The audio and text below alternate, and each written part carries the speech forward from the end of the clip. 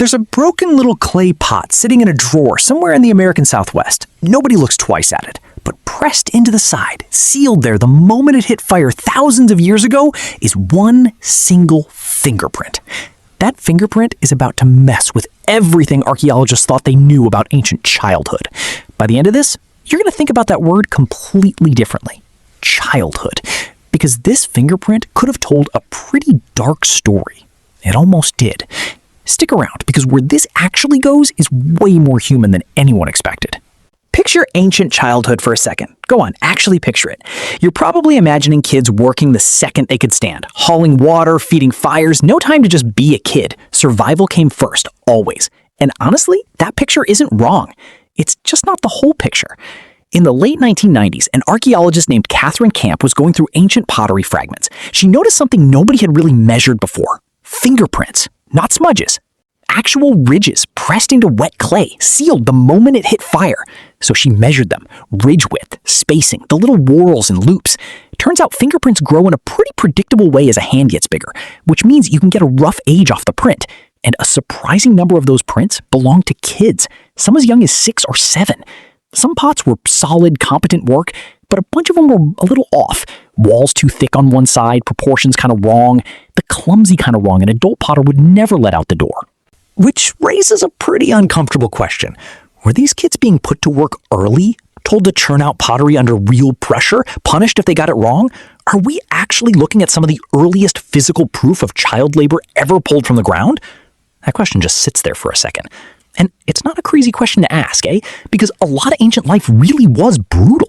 In plenty of places, kids started contributing the second they were physically able. Carrying, grinding grain, keeping fires alive that could never go out. There was no safety net under any of it. Survival margins were razor thin. Everybody who could add value added value. No matter how small they were, if that pottery was literally the only evidence we had, that's exactly the story you'd land on.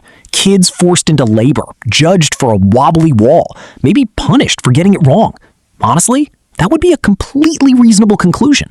Now here's the thing. For a while, that dark theory is basically all there was. Just a handful of clumsy pots and a bunch of grim assumptions filling in the gaps.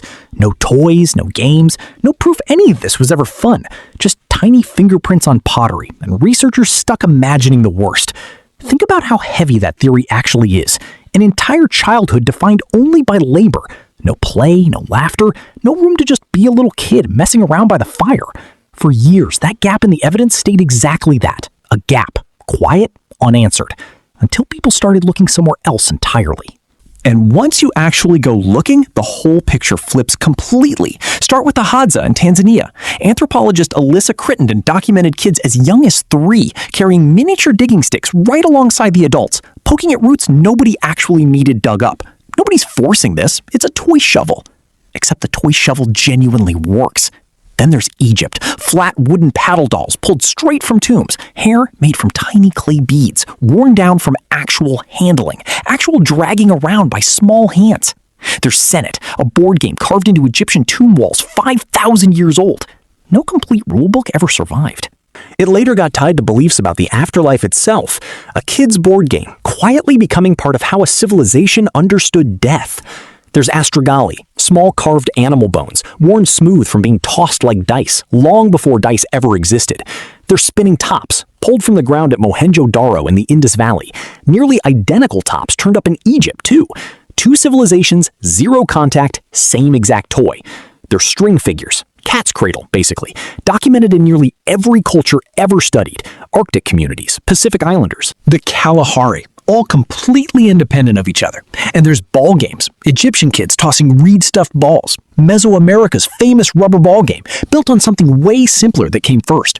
Beyond all the objects, there was just the body, wrestling, chasing, throwing contests. No coach, no rulebook, just kids being kids, screen or no screen anywhere in sight. So back to that lopsided little pot. Given everything we now know, the honest read isn't child labor factory, it's messier than that, and way more human. Some of it really was practice. A mini bow was training. A tiny digging stick was an apprenticeship that happened to be fun. But plenty of it had 0 survival function. Nobody needed cat's cradle to hunt. Nobody needed a spinning top to survive winter.